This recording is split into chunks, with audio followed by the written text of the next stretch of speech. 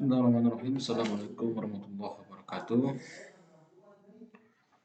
Alhamdulillah, alhamdulillah, wassalatu wassalamu ala asyrafil anbiya wal mursalin sayyidina Muhammad wa ala alihi washabihi ajmain. Puji syukur Allah Subhanahu wa taala memberikan nikmat kesehatan baik itu berupa nikmat iman Islam dan telah menjadi orang Islam. Dan tak lupa kita kirimkan kepada baginda Nabi Muhammad sallallahu alaihi wasallam telah membawa kita dari alam gelap ke alam terang. Perkenalkan, nama saya Alfian. NIM 2020295210 kelas PTKF angkatan 22.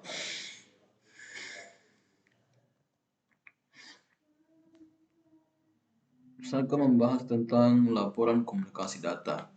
Jadi laporan komunikasi data ada beberapa komponen. Yang pertama adalah arsitektur dan protokol. Arsitektur dan protokol komunikasi itu adalah cara yang digunakan oleh sistem dan jaringan komputer untuk saling berinteraksi dan bertukar informasi, seperti itu. Dan kedua adalah TCP atau IP.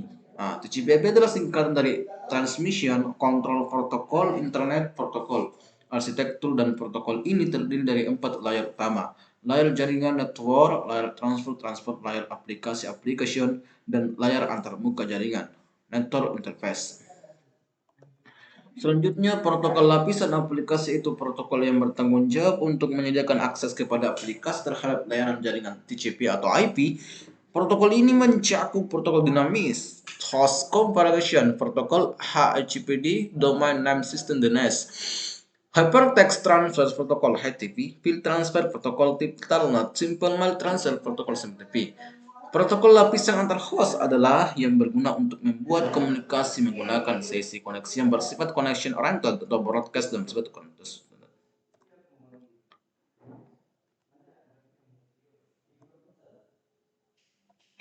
Selanjutnya, protokol lapisan network adalah protokol yang bertanggung jawab untuk melakukan pemetaan routing dan enkapsulasi paket-paket data jaringan ini. Protokol IP address resolution, protokol IP internet, control message, protokol HTTP data internet management protokol.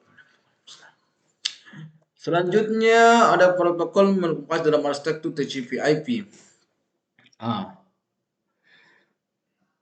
Ada berbagai komponen. Yang pertama adalah UPD, protokol ini. Yang kedua adalah HTTP, Hypertext Transfer Protocol. Protokol ini digunakan untuk mengirimkan data antara server dan browser. Yang ketiga adalah FTP, ada di mana file transfer protokol. Protokol ini digunakan untuk mentransfer file antara host yang berbeda. Dan yang keempat, Internet Protokol, singkatan dari IP. Protokol ini bertanggung jawab untuk mengirimkan paket data antara host yang berbeda. Dan yang terakhir adalah SMTP, yaitu singkatan dari Simple Mail Transfer Protocol. Protokol ini digunakan untuk mentransfer email antara host yang berbeda. Nah, bisa paham. Selanjutnya adalah OSI. Open System Interconnection atau OS dalam model referensi yang diciptakan dari sebuah kerangka yang bersifat konseptual. Namun, saat ini telah berkembang dan menjadi sebuah standarisasi khusus berkaitan dengan koneksi komputer. Tujuan dari pembuatan OS layer ini adalah menjadikan model rujukan bagi setiap vendor atau developer sehingga produk atau perangkat lunak yang dibuat dimiliki sifat internet. Ya, itu gambaran dari slide. Fisik lapisan ini bertanggung jawab untuk mengirim dan menerima byte melalui media fisik. Session lapisan ini bertanggung jawab untuk menjaga koneksi antara aplikasi pada perangkat yang berbeda. Aplikasi lapisan ini merupakan antara muka antara pengguna dan jaringan yang mencakup protokol seperti HTTP, FTP, dan SMPT. Perbedaan TCP, IP, dan OS layer.